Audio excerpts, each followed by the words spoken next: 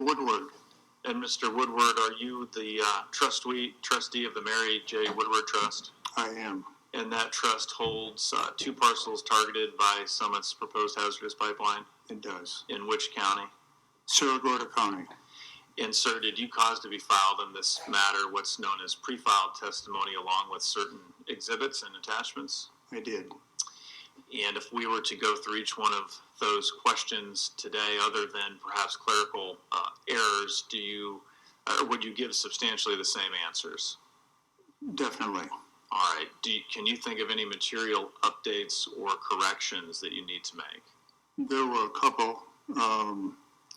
One was a soil map, and then the CSR2 map, and that was essentially in addition to, I think that was attachment 23 that I had in my pre-filed testimony. Okay, and you subsequently caused to be filed a hearing exhibit that contains that information? Yes, I think it was 297. Yes. At this time, we would offer exhibits 22 through 27 and 297. Are there objections? Just the usual clarification, if that is just the pre-filed testimony and pre-filed exhibits as well as the clarifications in 297, we have no objections. That's correct. Seeing no objections, the board will admit, give the way due. Thank you. And sir, I think you've maybe been listening in or were here a couple days, but now the other folks get a chance to ask you questions, okay? Sounds good. All right, thank you. Good. Go ahead, Mr. Taylor. Thank you. Good morning. I'm Wally Taylor. I represent the Sierra Club. Good morning.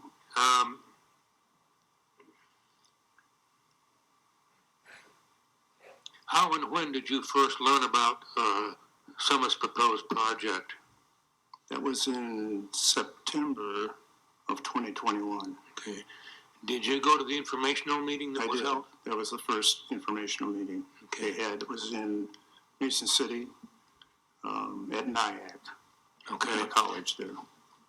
Did you have a chance to, or did you take the chance to talk with any Summit representatives at the end of that meeting?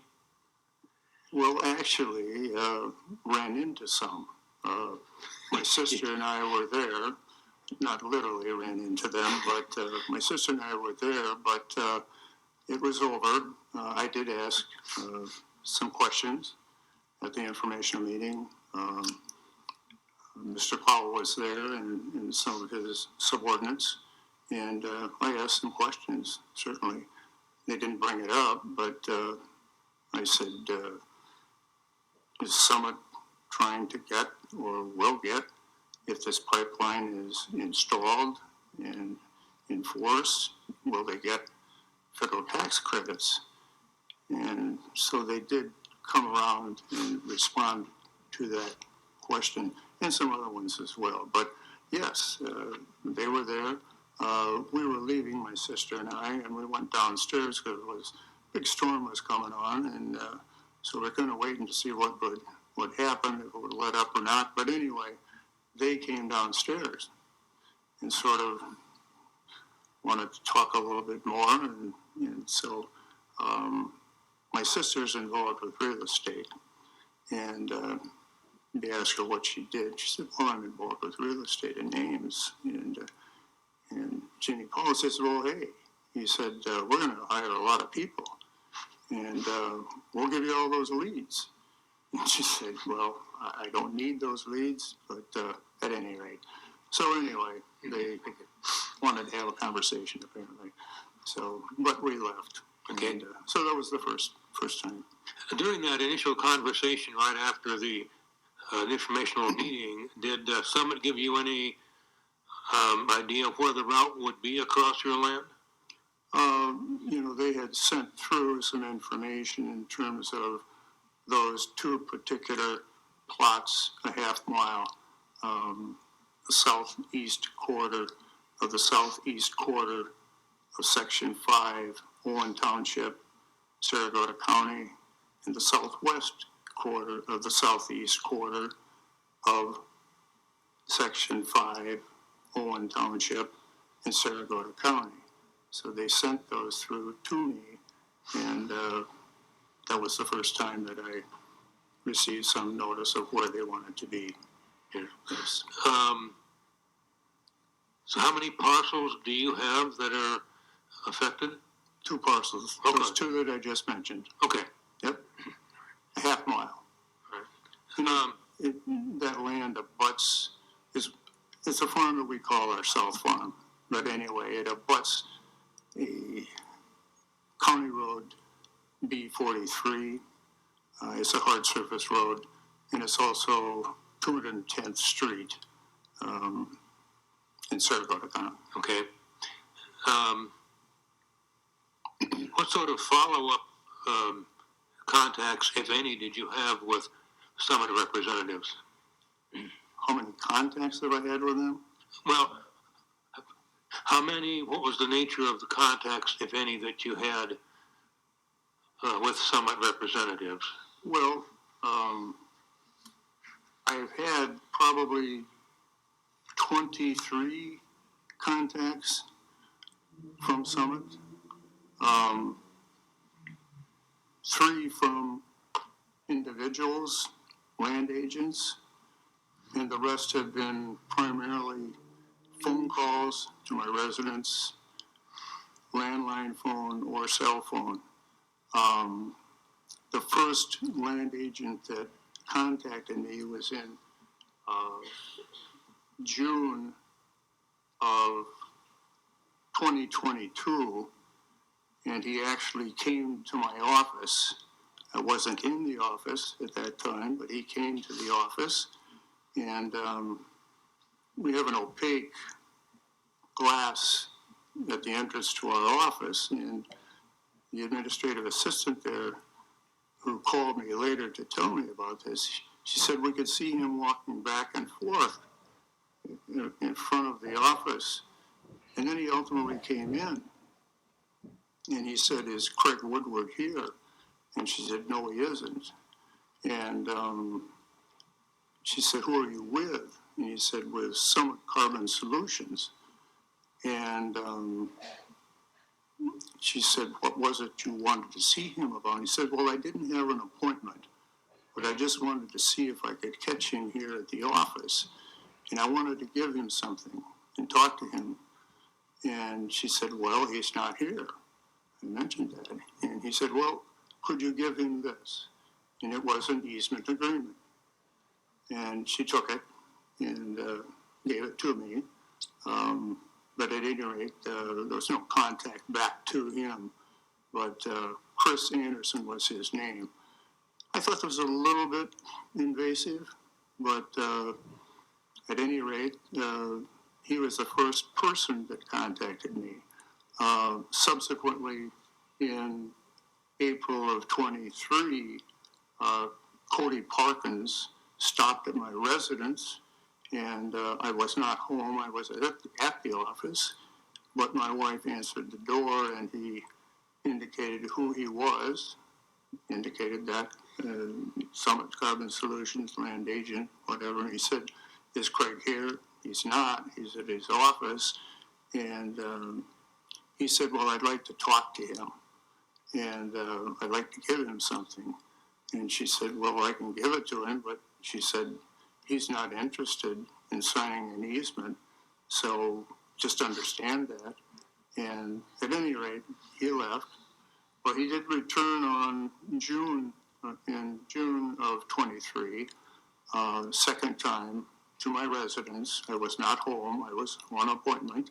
So June of this year? Yes. Okay. 23, June of this year. So twice in 23, Cody Parkins stopped at my residence. Second time he stopped in June, I was not there as well. I was on an appointment, but he went through I'd like to see him. I'd like to get him this and review this easement agreement and all that. And she says, he's not interested in signing it. He doesn't want the pipeline. At any rate, he said, "It's going to happen." And that was his words to my wife. And she said, "Well, fine. And anyway, he left, but has not returned. And so those are the three people that have made contact with me in terms of the pipeline and an easement agreement, none of which I have signed. And, you know, with regard to the calls and all that, there have been over 20 that have been on my landline plus my cell phone. And I think they received, well, I'm not sure how they got my cell phone number, but anyway, one of the first people that contacted, his name was Brian Jorde. He was from down south, at least according to his voice that I heard on my voicemail. He had called my daughter, somehow got a hold of my daughter. I don't know if he went through the white pages or what, but called my daughter and said, "Are you related to Mary Woodward?" And so I knew that my mom had a trust, or we had a trust in my mom's name. And anyway, he had made reference to that, and I thought, that's interesting. But he called, and this is, I thought, a little invasive too, but before that, and you asked when I first went to an informational meeting, that was in September 20th of 21. Well, he called me and left a message for me on September 15th, which I think the rules indicated you don't make any calls to anybody until after an informational meeting, but he did it prior to, which I thought, well, you know, that's pushing a little bit too, maybe. So Okay. Anyway. So the bottom line is you have never really talked to a summit representative about an easement or about the route across your land or anything like that? Have not. Okay. Did any of the contacts that you had mention eminent domain? Did any of the what? Did any of the contacts you've had with the summit representatives, did the subject of eminent domain come up? No, Okay. no.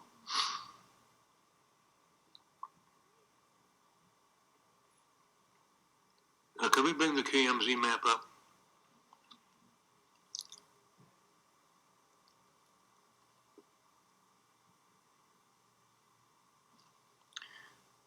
Does this look like your two parcels and where you understand the Summit pipeline route would be? Right. Did you ever have any other understanding of where the route for the pipeline would be? Did I ever have? Any other understanding as to where the pipeline route would be? No. Okay. No, this is about the Okay. they had asked for. I noticed that there are some buildings just east of the northeast corner of your property. What is that? That is on the east side of that road, which is named Olmus Avenue, ULMUS, Olmus Avenue, which runs down and connects with the B43 on the lower part there. That's a young family. Eminent is their name. They have three little kids. They own I believe it's about a 10-acre parcel there, which was, I think they are probably the second owner on that acreage. Okay. Our farm site is up above, which you can't see. Well, there it is. That's 12368 Olmus Avenue. That's our farm site. And that's the quarter section that you see there, basically. Is that where you live? That isn't where I live, but that's where I grew up. Okay. That's where I grew up. That's where my parents lived. And my sister and I grew up there. So there are people who live there? What's that? So there are people who live there? At this point, no. Oh. At this point, no. We've maintained the property. We've had some people that have requested buying it and all, and we're maybe at that juncture, which, if that is to happen, if the pipeline comes to fruition, that will be a perplexing situation.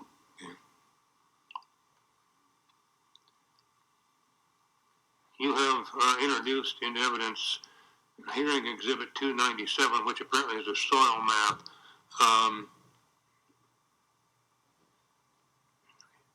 Is there anything specific about your soils that you think would be impacted? No, it's good soil, good Iowa dirt. But the soil map outlines that pretty closely, and the legend to that soil map outlines it pretty closely.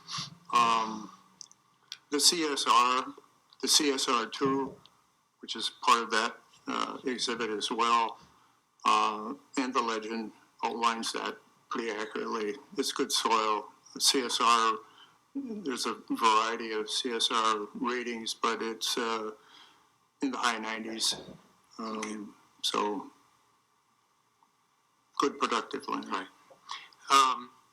One final question. Where would the closest emergency response personnel be if there were a rupture in the pipeline? That would be about 12 miles away in Mason City. In Mason City, the hazmat people there actually serve a pretty large radius from Mason City. And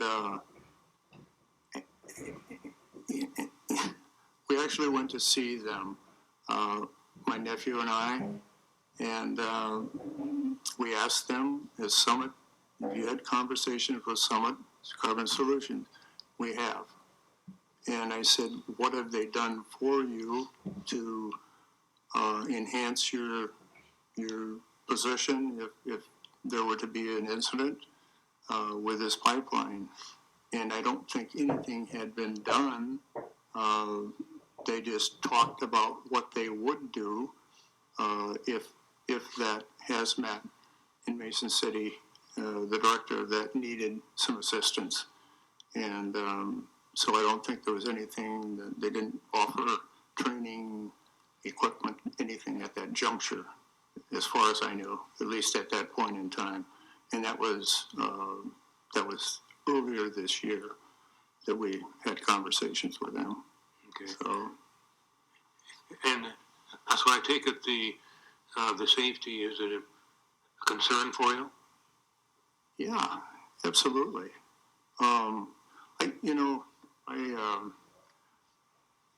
I think it's in, it's actually in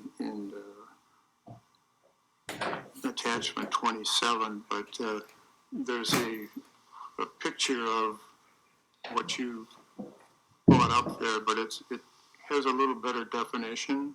I don't know if you could bring that up and I could show that to you. Well, I was just asking if the safety is a concern. And Oh, it is. It is. Well, what I was going to relate to was the South Dakota, and it was mentioned this morning as well with a previous speaker. They had a plume, a metric, I would call it, a plume metric, that they determined that a 8-inch pipe would travel 1,855 feet if there was an explosion. And so I took that metric and applied it to and calculated on our land, they want to put in a 12-inch pipe. Well, it came out to be 2,783 feet, I believe. And so looking at some distances of our farm site to the pipeline, it was, I believe, about 1,907 feet or something of that sort is what I had calculated our distance. The young families' distance from their acreage farm site to the pipeline was like 1,000 feet, approximately 1,000 feet. Well, you get a sense of how far that would travel if there was an explosion in the pipeline on our land. It would affect them, certainly. Their livestock, they have some Black Angus cattle that they raise, a small herd, and send them to market. It would bypass our farm site probably by about 900 feet. So it would encroach everything, those two farm sites. And so the likelihood of someone surviving that is pretty negligible. And that would be unfortunate, certainly. Thank you. That's all the questions I have. Okay, I'm not sure who was up first, but Ms. Ryan. Thank you. Good morning, Mr. Woodward. Good morning. I just have a few follow-up questions for you. First, when you were talking about, potentially selling the house that you grew up in, you said that if the pipeline were built, that would be a perplexing situation. It would be. How so? Well, if indeed that pipeline was installed on our land, and I wanted to sell that property, there would be a material fact. I would be bound by real estate law in the Department of Commerce to expose that to a potential buyer. My guess is that a lot of potential buyers, and I'm sure there would be potential buyers, would frown upon that, would be concerned about that.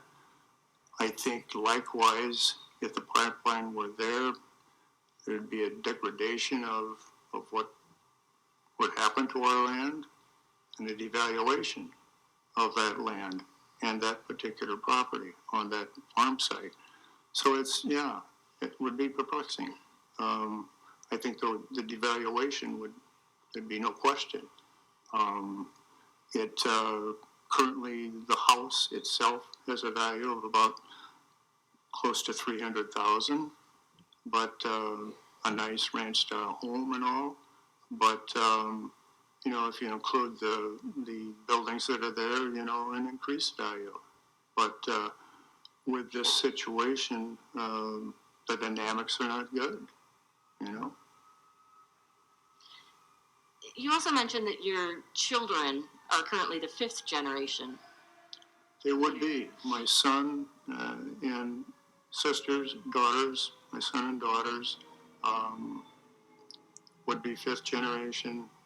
My sister, her son and daughter would be 5th generation as well. My grandson, Emerson, Atty, would be 6th generation. Are your children currently farming the land themselves? They are not farming the land. They have a tenant?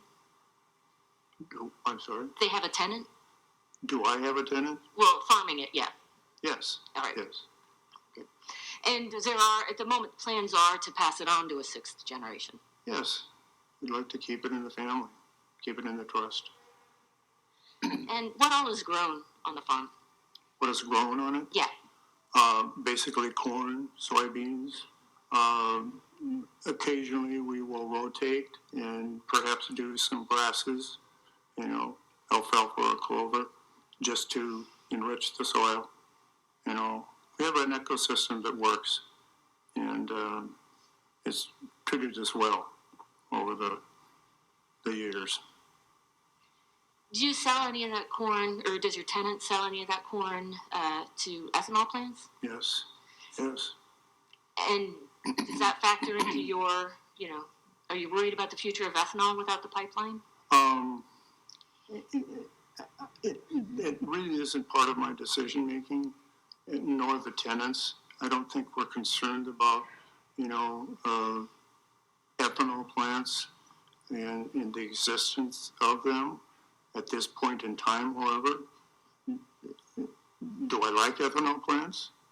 Indubitably.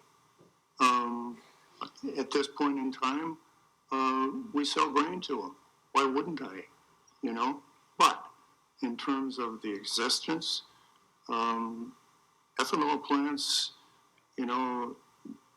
if subsidized, will endure, but not for perpetuity. And I think the horizon shows us that. There's some things looming, EVs and other things that I think will displace some of this. But that's my thought. Thank you. That's all my questions. Okay. Ms. Coles?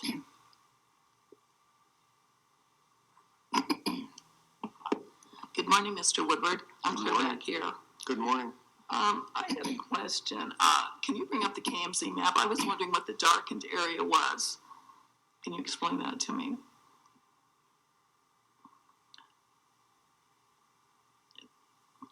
The diagonal going through the west I'm parcel. not exactly sure what that is.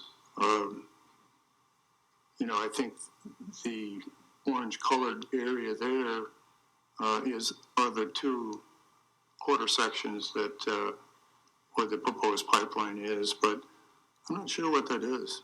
You can see a grass waterway that comes down through that quarter section.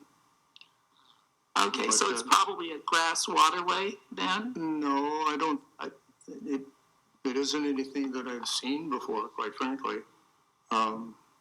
I'm not sure if that's just something that came through. I'm not sure where it came from. Google Map, Google Earth, apparently. Do you have any KRP? What's that? Any KRP? Not on this farm, but I do have some CRP. CRP. Mm-hmm. Okay. Have you discussed an alternative route? Have not. There isn't, in my opinion, an alternative route. May I ask why you feel that way? What's that, ma'am? Why do you feel that way? There's no alternate route. There just isn't. We have a property not far from the pipeline. I wouldn't want any closer where it is now. And I didn't ask for this pipeline. I don't need it. It would be disruptive to our ecosystem there. And I think the grass waterway is part of it. We've had that in there for years. We have an extensive tiling system in there, which we'll see later on. So, no, in my opinion, there is no other spot that I would want to move that pipeline. I'm not aware of where your various what do I say pipelines are for erosion control and water control. You said pipelines, do you mean drain tile? Drain tiles, yes, I'm sorry. Okay, yeah. Can you show me where they are? Well, they would be, and it would show up a lot better. They would be down in this area right here. But it will show up a lot better on attachment 27 that we'll get to here in a while. Could you bring up attachment 27, please?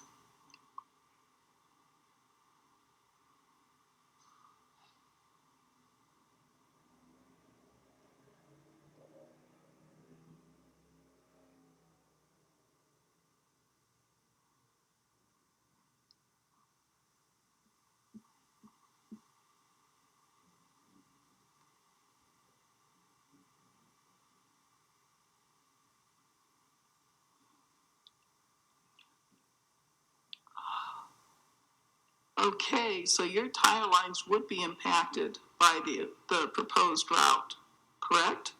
Yes, it's right there. Can you please use the pointer and show me? Well, we have in this area, there's 30,463 feet of drain tile. There's a good share of it is 4-inch drain tile, but there is a large 16-inch concrete main right here. You can see our waterway here, and it runs into that waterway as well. You also see an 8-inch that comes down through the 4-inch tile, but 30-some thousand feet, a lot of drain tile. We did that primarily because our land here on the north side of B43 or 210th Street is lower than the land on the south side of B43, which is at a higher elevation.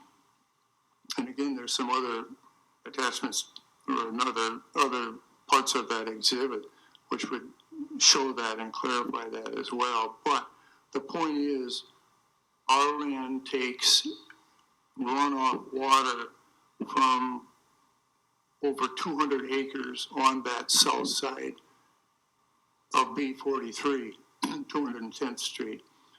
So we take that water. The county, there's a letter from the county that explains that as well.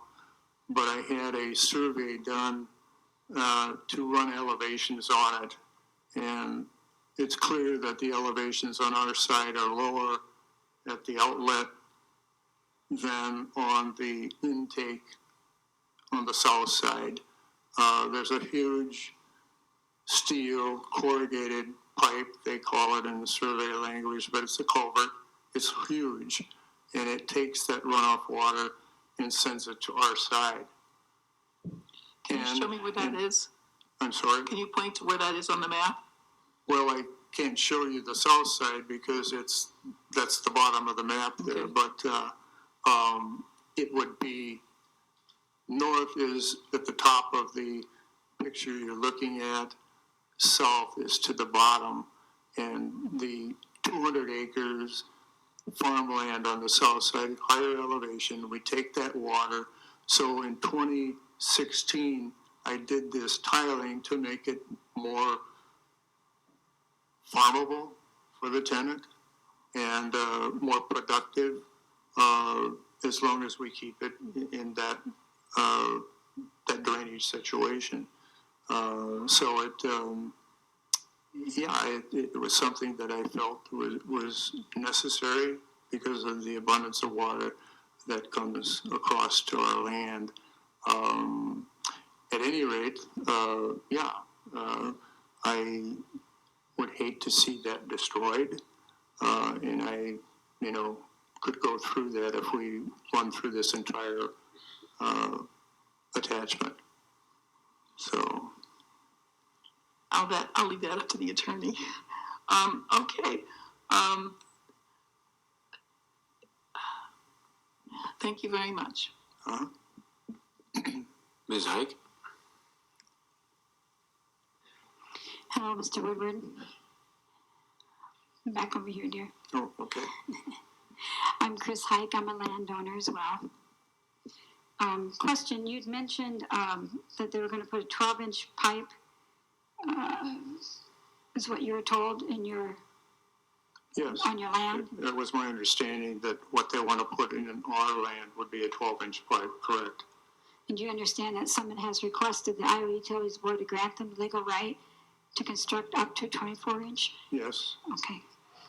Also, you mentioned that you went to the office and they were there to talk to you about easement agreement. So do you have a job besides farming? You went to the office? Yes. I'm employed. Okay. I have another job.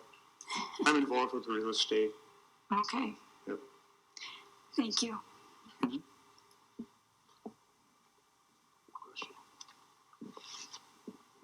Board Member Burns?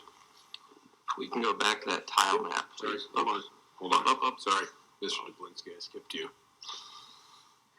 It's okay, I was sort of hiding behind the post there.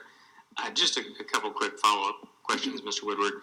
Mhm. You had said that you had talked to Mason City Hazmat and that they had mentioned that they had talked to Summit and that Summit had discussed what they would do, but at the time of that conversation, they had not done any of the training or things that they had talked about yet. I think your comment was at that juncture. That was Is my, that correct? yes. Are you aware that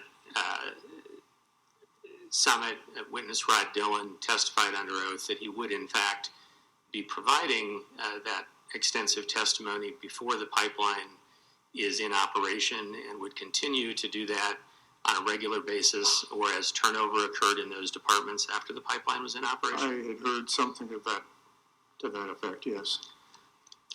And I know you've raised some of your objections, obviously, to entering an easement. Are you aware that in Cerro Gordo County, 83% of the route has been acquired by voluntary agreement? Objection, irrelevant, and there's no evidence of that in the record.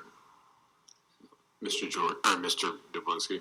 I think it's absolutely relevant, and it can be calculated from the Exhibit H's, but I'll withdraw the question. Okay, thank you. Is that the end of your questions? Thank you. Board Member Burns. Yeah, just a few quick things here. We'll start off first. On page 35 of your direct testimony, you did reference a proposed alternative route as shown in attachment 22. However, there is not an attachment 22 included in your testimony. So are you willing to file attachment 22? I thought that I had put that in the attachment, that there was no other route. And I thought I responded with a question and an answer to that. Should have been in there.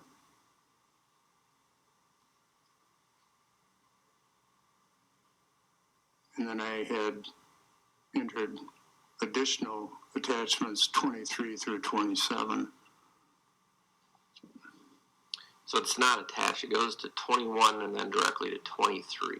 So there's just attachment 22 missing, I guess, is what I was just kind of curious. Yeah, I should not have been, because I thought I answered that as part of my pre-filed testimony, that there is no other route. Okay, so no other proposed alternative route? No. Okay.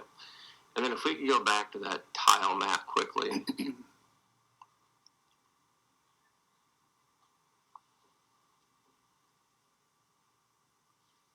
So just for clarifications, again, for the record,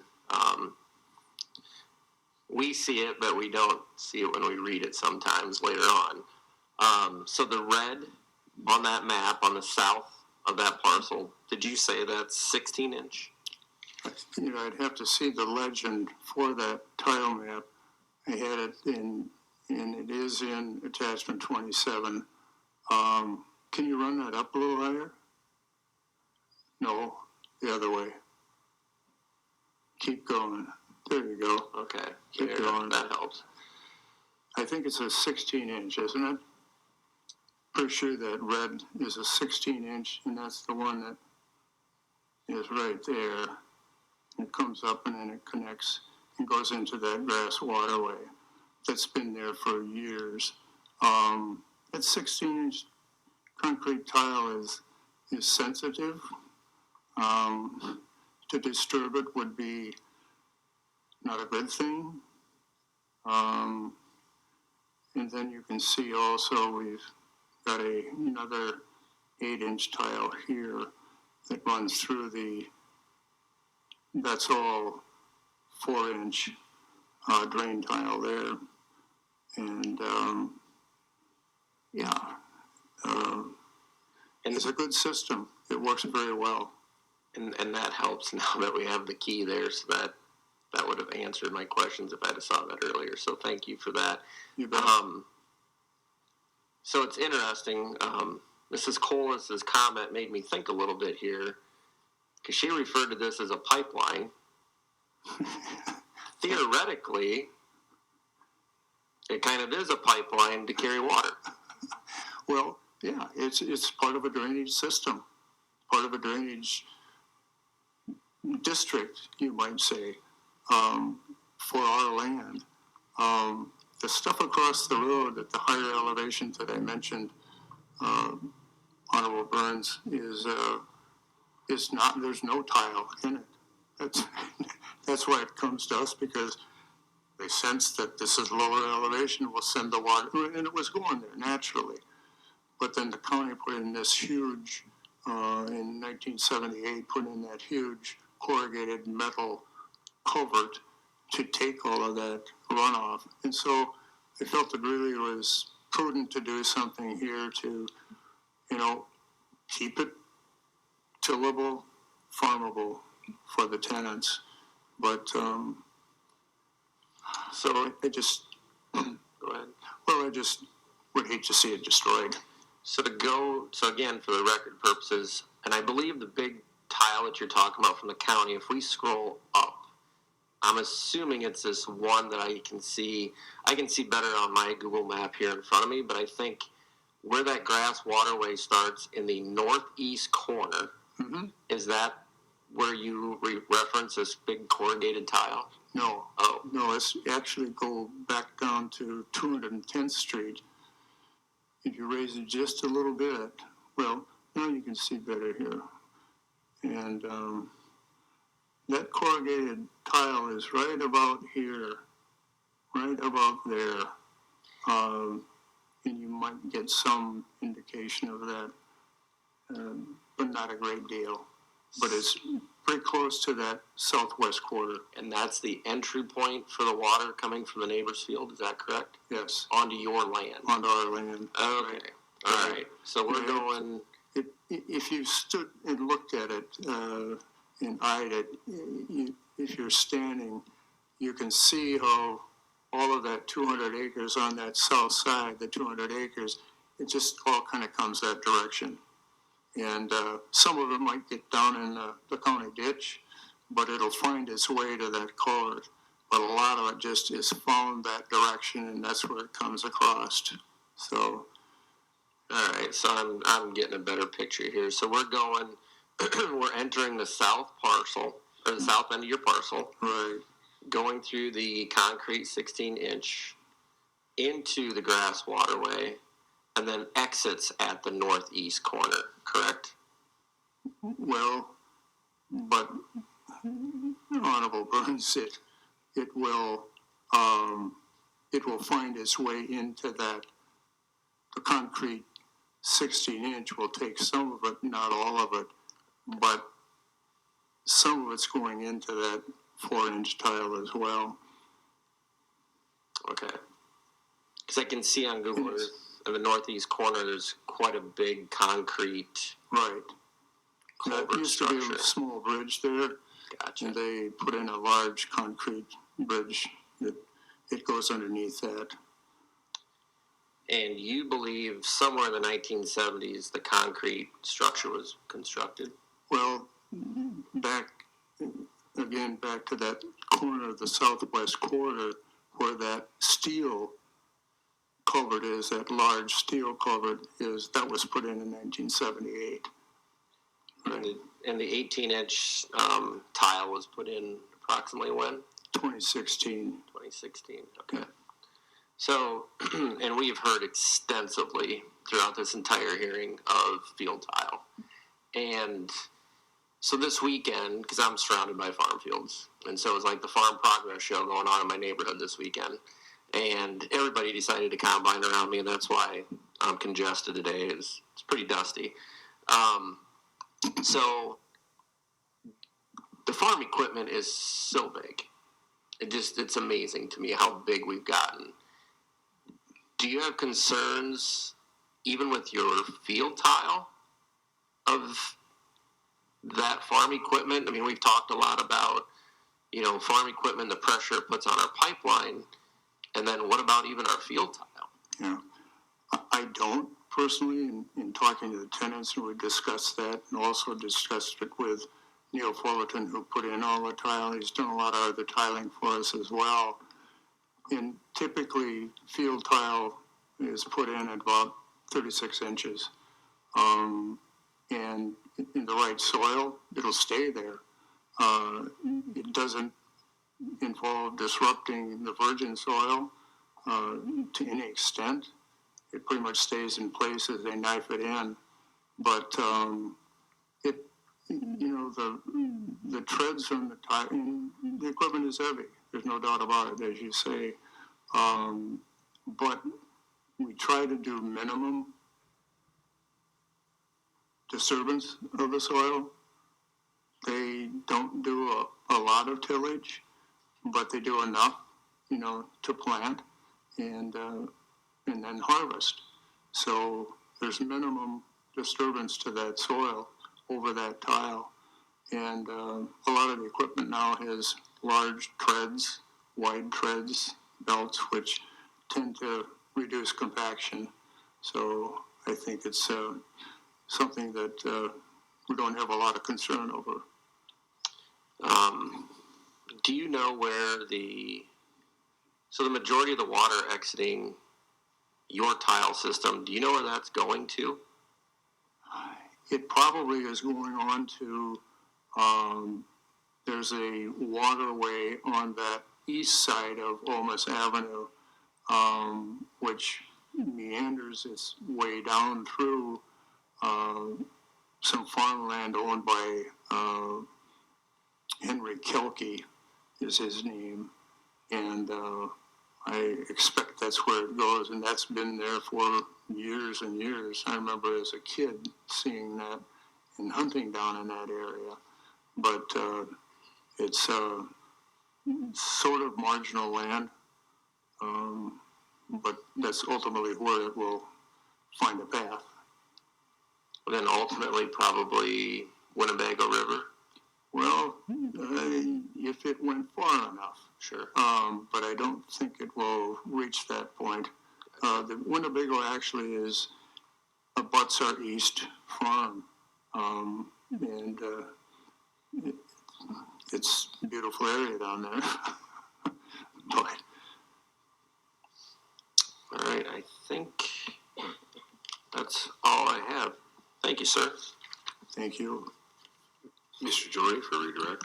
Yes, thank you. Have you ever heard of tile lines rupturing and asphyxiating anybody? No, Okay. I have not.